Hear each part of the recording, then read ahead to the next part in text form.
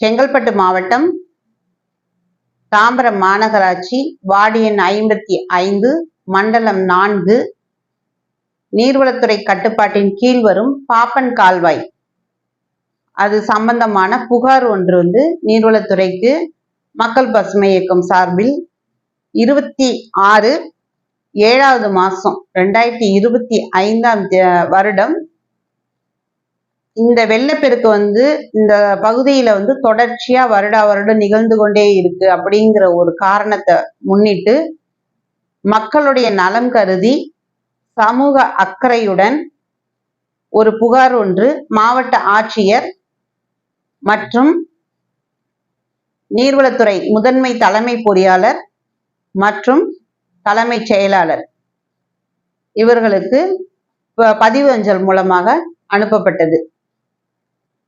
அப்படி இருக்கும் சூழ்நிலையில் மாவட்ட ஆட்சியர் கள ஆய்வு மேற்கொள்வதற்காக கடந்த ஒரு 2 வாரத்திற்கு முன்பாக இந்த சம்பந்தப்பட்ட இடத்திற்கு வந்தபோது அதிகாரிகள் நீர்வளத்துறையின் அதிகாரிகள் முன்னிலையில் கள ஆய்வு நடைபெற்றது.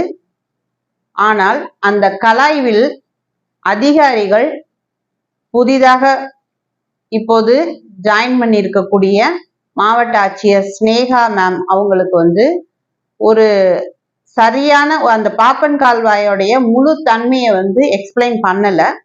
ஆஸ் பர் ரெவென்யூ ரெக்கார்ட்ல FMBல அடையாறுடைய கிளை நீர்வழி தடமா இருக்கக்கூடிய மூவேந்தர் நகர் மற்றும் குட்வில் நகர் இது இரண்டுக்கும் பிரதானமாக இருக்கக்கூடிய நடுவில் இருக்கக்கூடிய பாப்பன் கால்வாய் அதாவது அடையாறுடைய கிளை நீர்வழி தடமாக இருக்கக்கூடிய ஓடை அந்த ஓடை ஒரு கரை போட்டு அதாவது கேவிடி லேஅவுட்ல இருந்து பேக் சைட்லயும் ஒரு கரை போட்டு அடைச்சிருக்காங்க தண்ணிய.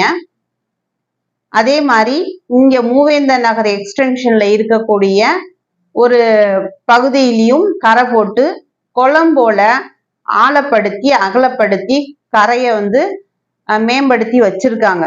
இதனுடைய உள்நோக்கம் தாம்பரம் மாநகராட்சியால என்ன சொல்றாங்க அப்படின்னா, அதுவும் தாம்பரம் மாநகராட்சி அதிகாரிகள் சொல்லல, அந்த வார்டு கவுன்சிலர் அதை வாக்கிங் பாத் அமைச்சு அதுக்கு ஸ்ட்ரீட் லைட் எல்லாம் போட்டு அதை குளமா நாங்க மாத்த போறோம் அப்படின்னு சொல்றாரு. இது எந்த விதத்துல சட்டத்துக்கு உட்பட்டது அப்படிங்கிறத ஒரு அரசு அதிகாரியா இருக்கக்கூடிய ஆணையர் தெளிவுபடுத்தணும். ஒரு நீர் வழி தடங்கிறது ஒரு பெரிய வாட்டர் ரிசோர்ஸ் பாயிண்ட். ஆக்சுவலி அது வாழ்வாதாரம் அதாவது அன்றாட வாழ்வாதாரத்துல இருக்கக்கூடிய பாரம்பரியமா இருக்கக்கூடிய நீர்வழி தடங்களை எல்லாம் இன்னைக்கு காணாம போனதுனாலதான் இன்னைக்கு சென்னை இந்த அளவுக்கு மூழ்கக்கூடிய பாதிப்புல இருக்குங்கிறத அறிஞ்சும் நீர்வளத்துறை அதிகாரிகளும் செவி சாய்த்து ஒன்று கூடி மக்களுடைய நலனை பெருசா எதிர்பார்க்காம அதை பத்தி யோசிக்காம அவங்களுடைய லாப நோக்கத்தை மட்டுமே ஒரு டெண்டர் விட்டோம் அந்த டெண்டர்ல வருமானம் சம்பாதிச்சோம் அப்படிங்கிற ஒரு இதெல்லாம் நான் ஊழல்னு தான் சொல்லணும். இத ஒரே வார்த்தையில சொல்லணும்னா ஊழல். அந்த பணம் சரியான விதத்துல மக்கள் வரி பணம் சரியான விதத்துல செலவிடப்படாததற்கு முக்கிய காரணமாக இருக்கக்கூடிய நீர்வளத்துறை அதிகாரிகள். ஏனென்றால் அவங்க NOC கொடுக்காம கேட்டா நாங்க NOC கொடுக்கல, எங்கள்கிட்ட ஃபண்ட் இல்ல அப்படின்னு சொல்றது ஒரு தரமான ஒரு அதிகாரிகளுக்கு நீர்வளத்துறையில இருக்கக்கூடிய அதிகாரிகளுக்கு தரமான பேச்சா அப்படிங்கிறது முதல்ல சொல்லணும். இதே நாங்க தாம்பரம் மாநகராட்சியில தகவல் அறியும் உரிமை சட்டத்துல கேட்டிருக்கோம். இதுக்கு NOC வாங்கியிருக்கீங்களா அப்படின்னா இல்ல, நாங்க மாவட்ட ஆட்சியர் அதாவது இந்த மாவட்ட ஆட்சியருக்கு முன்னாடி இருந்த மாவட்ட ஆட்சியரை அழைச்சிட்டு அரசியல்வாதிகளுடைய கண்காணிப்புல கூட அழைச்சிட்டு எக்ஸ்பிளைன் பண்ணாங்களாம். யாரு? அரசியல்வாதிகள் எல்லாம். அப்போ அப்படி எக்ஸ்பிளைன் பண்ணி அப்ப நம்ம கவுன்சிலரு சேர்மேனு MLA இவங்க எல்லாரும் சேர்ந்து இந்த ப்ரொபோசலை சொல்லி இதுக்காக ஒரு ஃபண்ட் ஒதுக்க சொல்லி ஓரல் கன்ஃபர்மேஷன்ல இந்த ஒர்க்கை நாங்க பண்ணிட்டு இருக்கோம்னு சொல்லி ரைட்டிங்ல தாம்பரம் மாநகராட்சி அதிகாரி கொடுத்திருக்காரு. அப்போ ஒரு துறை சார்ந்த இடத்துல மாற்றுத்துறை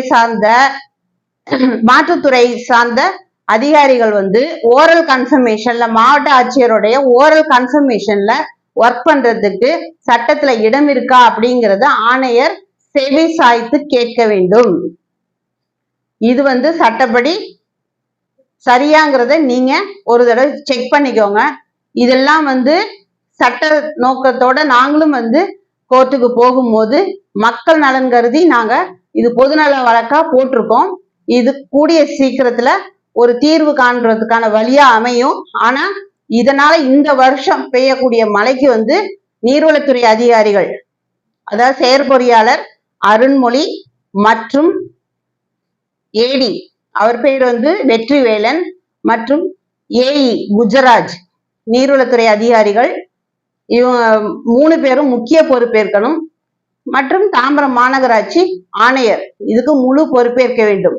ஆனா இதுல வந்து அரசியல்வாதிகளுக்காக அரசு அதிகாரிகள் முடக்கப்படுகிறது. இது வந்து அதிகார துஷ்பிரயோகத்தின் உச்சம் என்று சொல்லி நான் முடிக்கிறேன்.